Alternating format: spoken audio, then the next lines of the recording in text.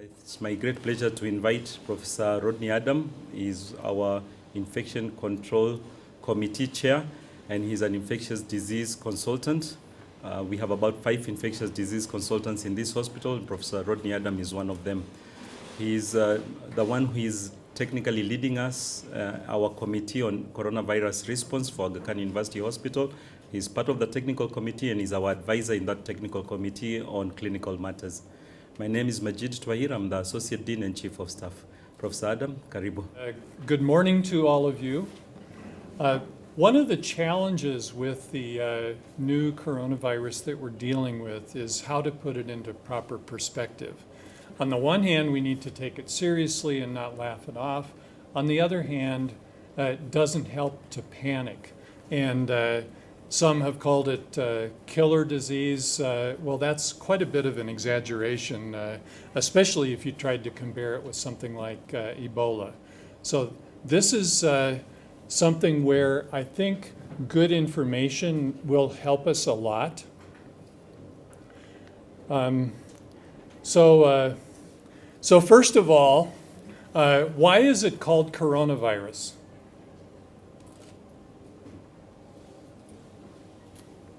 Were they naming it after beer or the Toyota Corona?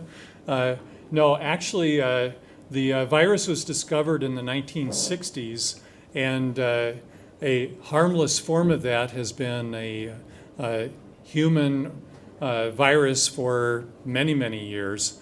And they thought it looked like a crown. Think of coronation, that's Latin coming from the word for crown, and that was their impression of this. And when we look at the other coronaviruses, so these are the ones that have been known for years, really ever since our understanding of viruses and electron microscopy came about. The last 3, though, fall into a different group. First one was SARS from China nearly 20 years ago, and then MERS from the Middle East almost 10 years ago, and now the one from Wuhan in China. And what these each have in common is that they come originally from bats, and then at least for the other 2, they have gotten to humans through another mammal. In the case of SARS, it was a small cat called a civet. In the case of MERS, it's a camel. And if you look at SARS, their cases went on for months, and then it was controlled, and there have been no further cases. For MERS, it appears to be still found in the Arabian Peninsula, and there's an occasional case, but no more outbreaks. So what is unique about the current one is that it is much less fatal but more contagious, so it has had the tendency to spread more broadly. And if we look at the numbers, we're over 114,000 cases now, with a total of 4,000 deaths. We're at 33,000 cases outside China, and so far the big 3 countries are South Korea, Italy, and Iran. And if you look next week, those countries it may be a different list, because that has tended to evolve. Some people have asked about case fatality rate, how many people are dying in different areas, and are there climate differences, are there ethnic differences? So let's just look at that a little bit. So in China, the early mortality was over 4%, and now the average overall is at 3.9%. However, looking after mid-February, their mortality rate is at 0.7%, so less than 1%. In South Korea, it's about that same level. Now we look at other places, and 5% in Italy, 0.2% in Germany, 4.3% in the US. Why the differences? The short answer is it's really not known yet. One possibility is that places like China now are being much more aggressive in terms of case finding, and they're finding everybody.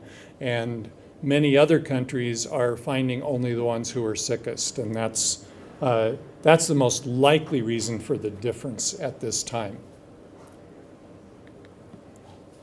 Let's look at the time course of the early part of this outbreak. In looking back on it from about this time period, the first case identified of a severe viral pneumonia where the other tests were all negative was from the 8th of December.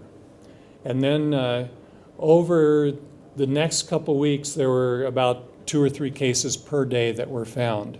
And this is a city of over 10 million people. So it's very easy to see why this didn't reach the threshold yet for people being really worried about there being something new. But it was about the end of the year, and Dr. Lee got a lot of fame because he was an ophthalmologist who thought, yes, there's something new, and he was advising his colleagues to wear personal protective equipment, which the local authorities tried to shut down, essentially. And Dr. Lee ended up dying from the infection, but he turned out to be absolutely right about the potential risk to healthcare workers. And then it's over the next month especially that you see the cases start peaking before eventually they started to decline again. This slide compares SARS, the first SARS, with now the second SARS in terms of the time course. And it's worth just quickly mentioning that, for early 1980s with HIV, it took 2 years to find out what the virus was.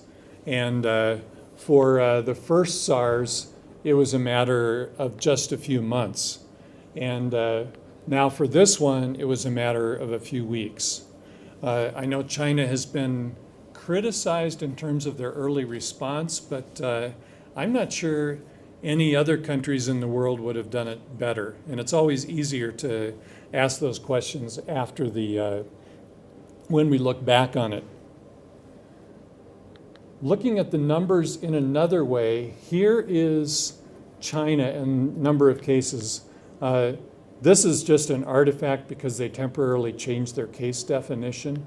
But you can see that in early February, they were having close to 4,000 cases per day.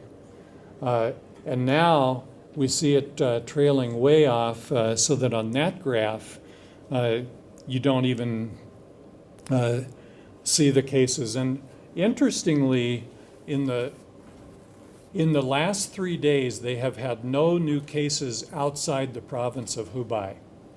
In fact, in the last day of 19 new cases in China, 17 were from Hubei, so they still have some cases there, although a lot less. The other 2 were immigrant cases. So China is now reversing their direction for watching for immigrants to the country, bringing it in. It's sort of an interesting turn of events. On the other hand, when you look outside China, you see the numbers are still going up. If we look specific to Europe, it's southwestern Europe where the greatest number of cases are, although you wouldn't put, and Germany as well, is starting to have more cases. And now these 4 countries, Germany, France, Spain, and Italy, are all above 1,000, and of course Italy being the highest number. And with free travel throughout the European Union, it's not surprising that that is happening very quickly. When we look more broadly, the number of cases is growing in the US. Iran still has a number of cases, and because of the exposure of their parliament to COVID-19, it's it's an interesting political issue in Iran as well. Within some of these countries, you see the hotspots. In Italy, it's around Milan and northern Italy. Within Korea, it's Daegu, where the epicenter is at this time. Now, this is some early information from the beginning of the outbreak in China, and I'm just going to point to this particular graph because this is what tells us the incubation period. The incubation period is the time from exposure until the development of symptoms. And you'll see different numbers, but sometimes it's helpful to see it in graphical form. So what we see here is that the typical time course was around 5 days. And then it starts trailing off, and very few happened after 14 days. So most occurred within 2 or 12 days. It's easiest to remember 2 days to 2 weeks. So that's a good working term for what the incubation period is.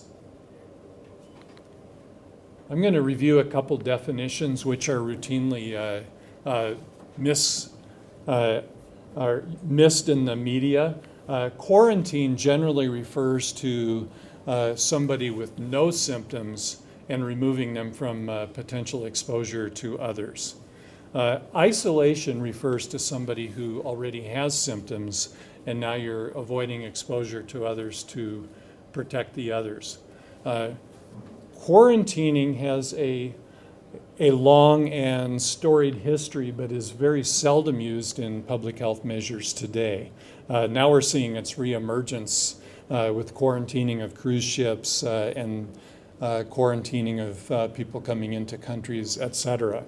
And when we look back on it in a couple of years, we may find out whether it was useful or not. Isolation does make a lot more sense in this setting. Now, I'm showing you this diagram not to go through basic biology, but to point out something that is often missed in the rumor mills and all that.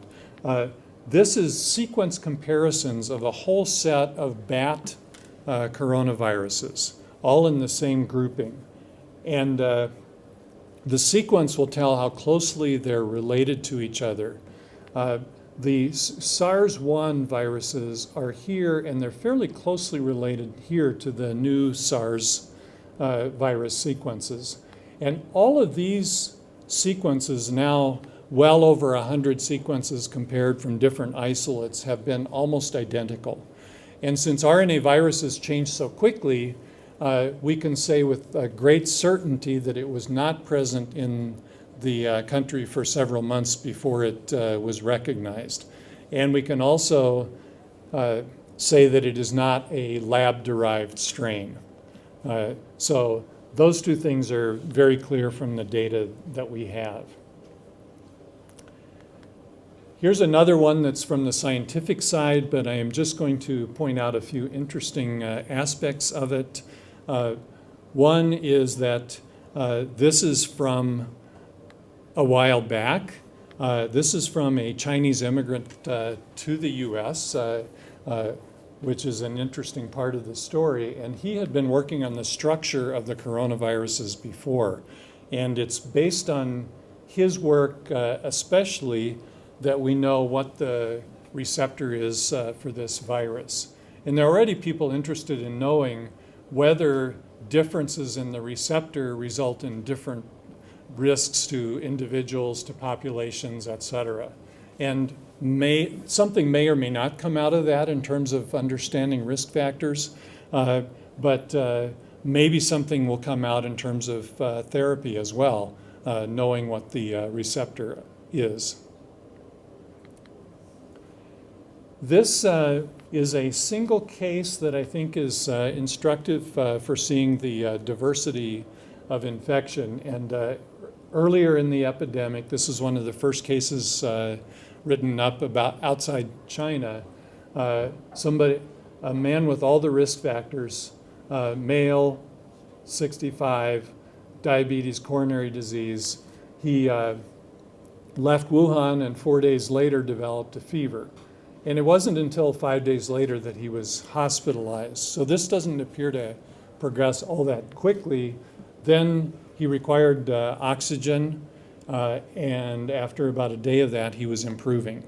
This is a more typical outcome of infection with this virus. His wife never developed symptoms.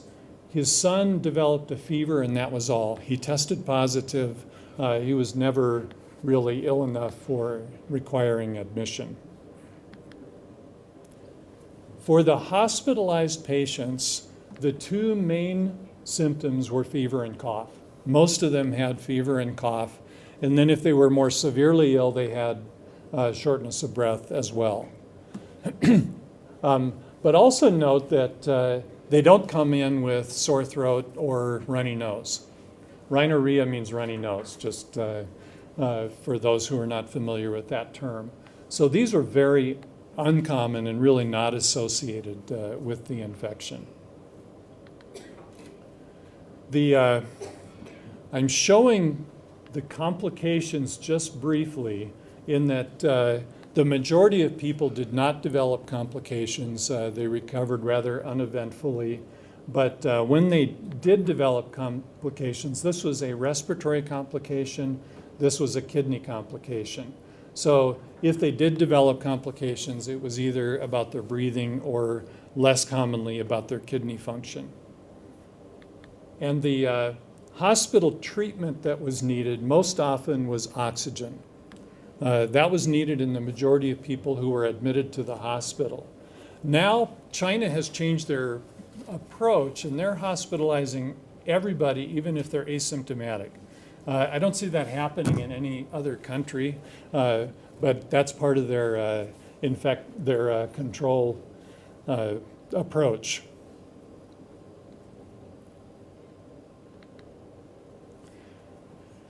I am showing you this because there are some comments about finding the virus from places other than the respiratory tract, including from the intestinal tract. And here's one case that shows that indeed happened. But the number of viruses in the gastrointestinal tract was so much lower than in the respiratory tract, it's doubtful that that transmission apart from respiratory is going to be a significant issue with this infection. So what is the outcome when you do develop infection? And interestingly, nobody under 10 has died. So this is not a disease of children. And then really under 50, the mortality rate has been very low. It starts climbing up with age.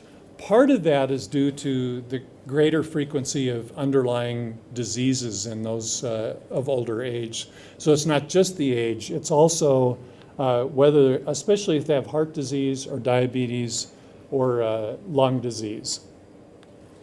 And in Wuhan, in general, men smoke and women don't. So they even proposed that might be part of the reason for the difference in mortality between males and females. I think time will tell on that. This is to show a comparison for a disease that is very similar to that of COVID-19, and that's influenza. And this was as of a few weeks ago, there were 50-some cases in the US with no deaths at that time. On the other hand, there had been millions of influenza cases and about 16,000 deaths. So if you put it into perspective, and even looking forward, there's a good likelihood that influenza will still be far more important as a human problem than COVID-19, and yet is not getting that much attention. So now what I'd like to do is go through just a few questions that commonly come up about this infection. So one is, how can I reduce the risk of getting coronavirus from infected humans? And so one is hand washing. Whether it's soap and water or whether it's alcohol hand gel, does not matter that much. Use what's available.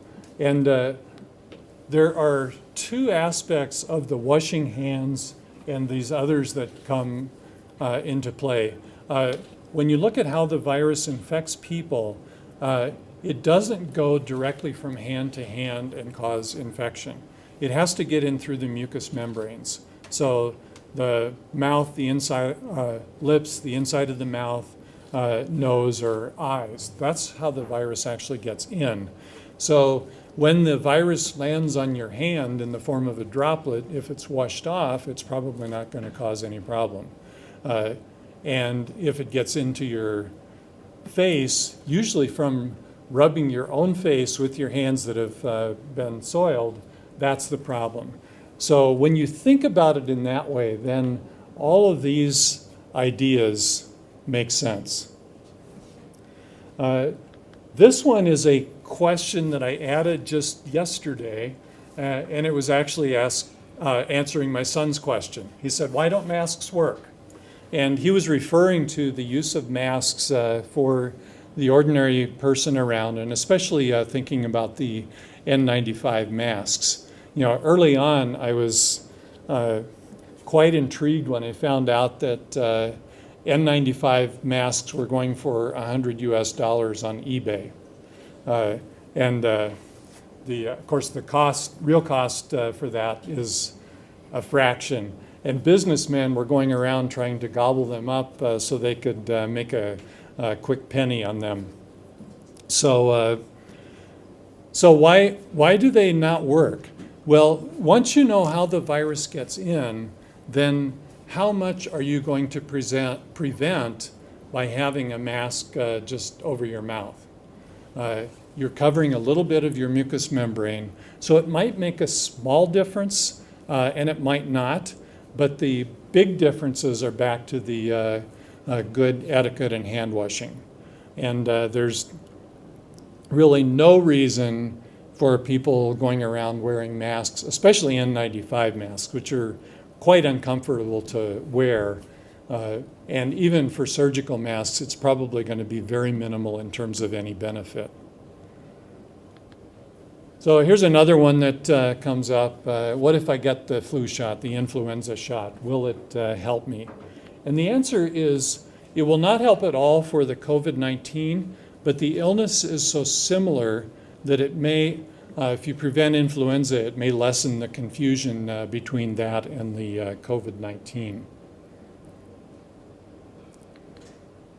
Then the next is there specific antiviral treatment? And the answer is not yet. There's one drug that is somewhat promising that's being rolled out in studies. There are many other attempts, but really no evidence that any of those make any difference.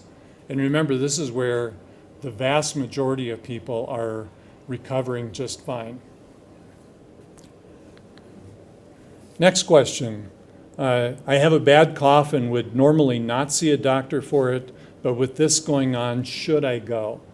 And at this time, in this scenario, the answer would be no, it's better to just stay out of contact within a medical facility. If there is a move toward using aggressive testing to try to control spread within a country, that question might change from the public health point of view, even as it has from China. But where the objective is to find out in people who are sick enough to require the hospital whether testing is useful, then it's better to not go in for testing. So next, given that the virus originated from animals, should I stay away from meat and animal products? Should I worry about the animals? The answer here is that for this virus, the introduction into humans probably happened just once.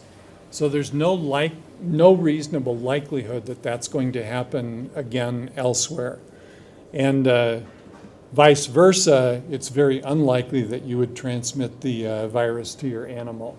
So there are other reasons to be cautious about animals, whether rabies or other kinds of infections that they carry, but the coronavirus is not one of them.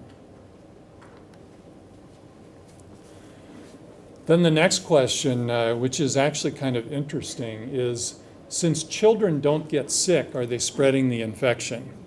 And in fact, that was one of my earlier thoughts. The children must be playing a role in this. And actually, so far the evidence from China is that it is not only rare to find the infection in children, it's rare to find any examples of transmission from children to adults. So your younger school children are in great shape in terms of this. We as adults are more vulnerable to infection. And the reasons for that are not known. Now, if we go to our Aga Khan recommendations, HCW's healthcare workers, and I'll give an interesting comment on that. We know that healthcare workers are at risk for infection and are paying a lot of attention to preventing infection in our healthcare workers. But when we look at the Chinese experience, for the healthcare workers who became infected, most of them became infected from their own household. So the number of healthcare worker infections in China is still significant, but a lot lower than some of the numbers that you might otherwise see. So if somebody comes in who may have a contagious respiratory infection, and this is actually a good idea if they have influenza as well, that they can wear a surgical mask until they're into a private room. Then they should be evaluated further in a private room. The so-called negative pressure rooms are considered optimal, although they may not be necessary.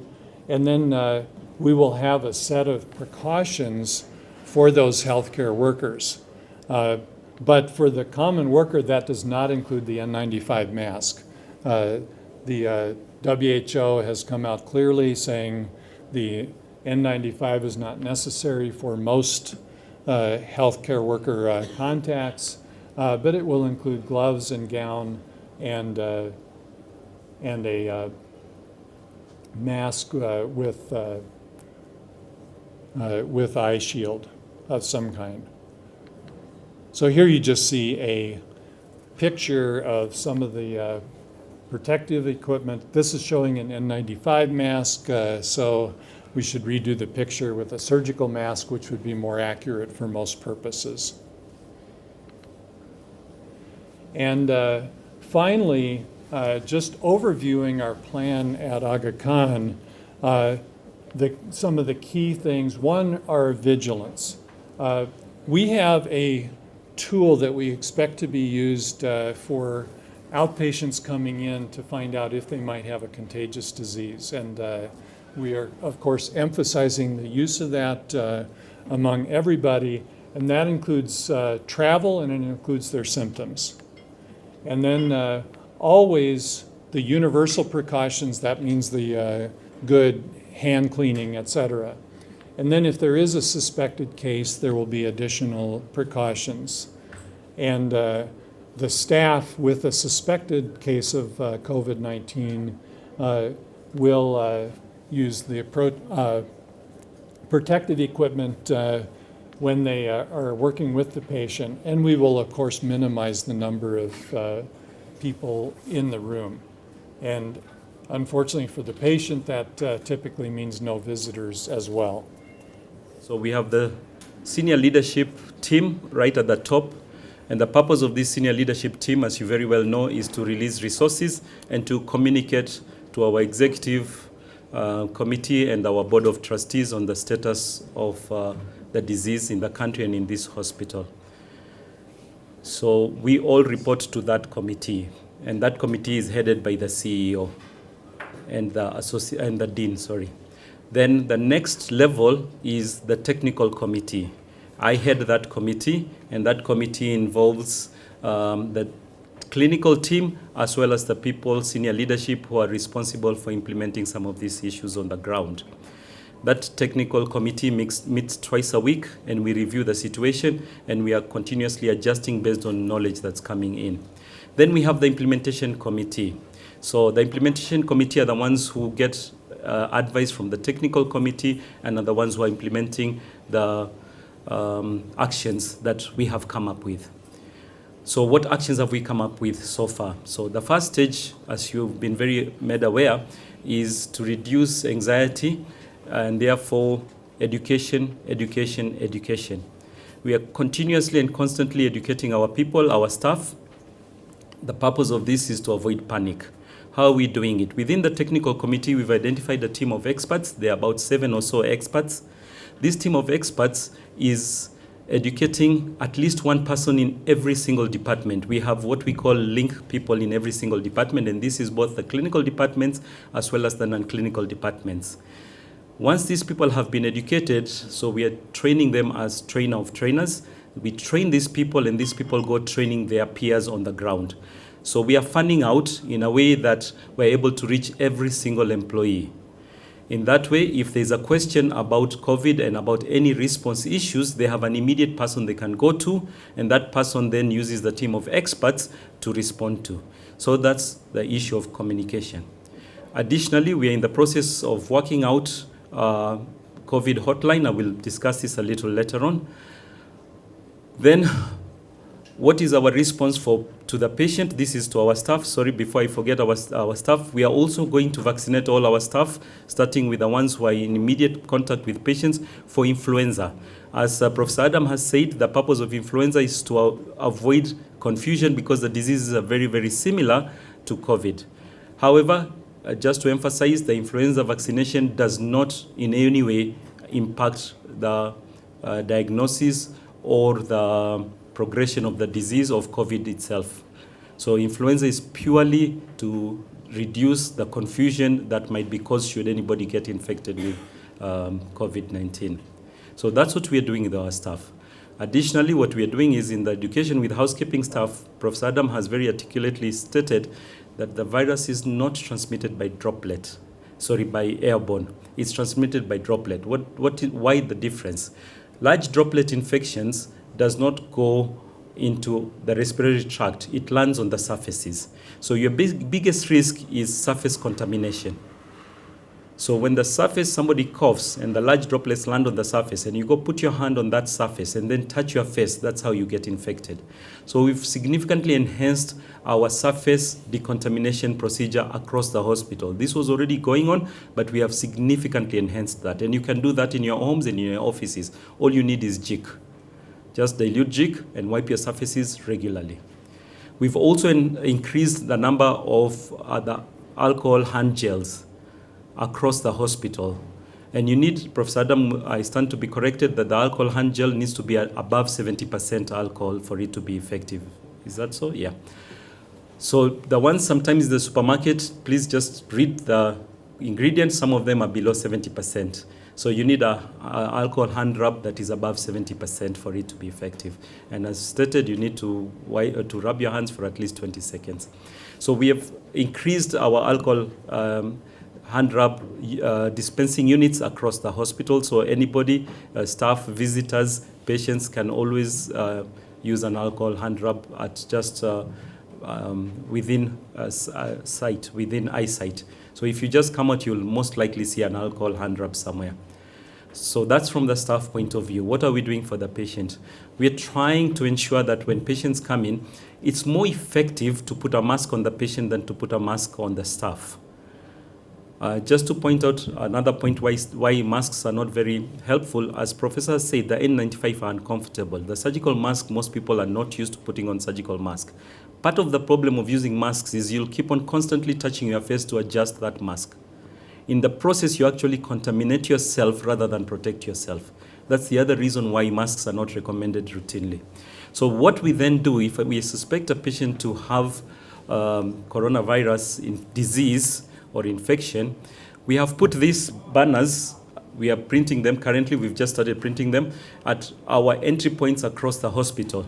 And the banners, as you see at the bottom, it says if you suspect you've been exposed, the first step is you as the patient put on a mask so that you stop putting coughing the droplets and landing on the surface. So that's more effective than putting the masks on the staff. Let the patient put on a mask. Then we're directing all patients to a single place that then they will be triaged and taken to be examined. Now, as has been said, if a patient is healthy, then the patient is sent home. There's no reason to admit a patient who is otherwise healthy. If a patient is sick enough to require hospitalization, we have already dedicated areas where the patient will be admitted. Now here comes the tricky bit. We need to be careful that we do not admit patients who are confirmed coronavirus disease and those who are suspected coronavirus disease. So we have to nurse the patients in isolated rooms. So we've identified at least 12 different areas where we can admit these patients and keep them safe. That means our capacity as an institution is to treat up to a maximum of 12 patients at any one time. Beyond 12 patients, we will have to divert the patient to other facilities. So our maximum we are able to handle at any one time total is 12 patients. So once the patient is in, we have the capacity to diagnose. We just ordered our test kits, which should be arriving today, if not today, tomorrow. So we've already ordered diagnostic test kits. Of necessity and the sensitivity that we have on these test kits, our test kits will be on a tentative basis. Even when they come positive, they'll be on a tentative basis. We shall then submit those tests to the government to confirm that the test is positive. So we will be having our test kits. The test kits will be on a tentative basis should they turn positive. Okay. Then the rest of the management will be by clinicians. It will be on a supportive basis. There's no cure for, or there's no identified specific therapy for coronavirus disease, COVID-19, but the treatment is supportive. Majority of patients do survive. What's our advice to the public? So again, if you're healthy and you do not need to come to the hospital, we need to communicate to you when you call us that don't come to the hospital, stay at home and isolate yourselves. So to do this, we are setting up a hotline so that if you have any issues that you're not feeling well, you can call us. So this hotline should be functional before the end of this week. This is part of what we are doing on a continuous basis. So that if you're unwell and you want to come to the hospital and you're not sure, as Professor Adam said in that case, under normal circumstances, you would not have come to the hospital, but now you have a cough. But because of what is going on, should you come to the hospital? That question you can ask on the hotline.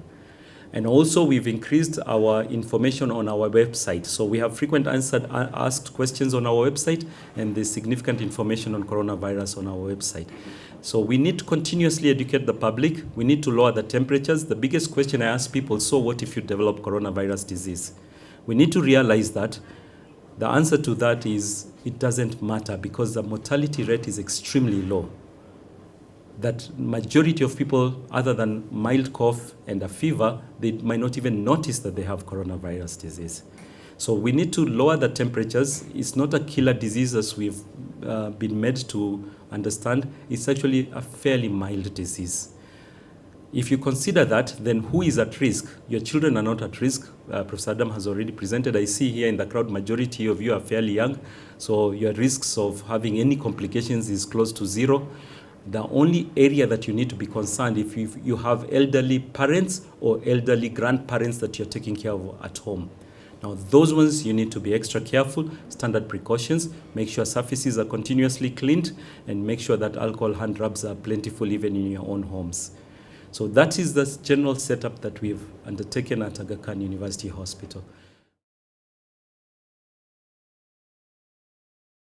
So we need to realize that for any infection, for any type, I'm answering generally, Professor Adam will answer specific, you require a certain number that then what is called the tipping point. So beyond that, then it multiplies. Below that level, it does not propagate. So I believe that in Africa, not just in East Africa, but generally in Africa, the numbers are extremely small, that we haven't yet reached the tipping point. So the infection is not propagating itself yet. So the total number of infections are extremely low. Professor Adam? In addition, for infection to start in a country, there has to be the first case and then subsequent transmission to other people. There are many countries where that has happened, and then there are some where they've had a case and so far no secondary transmission.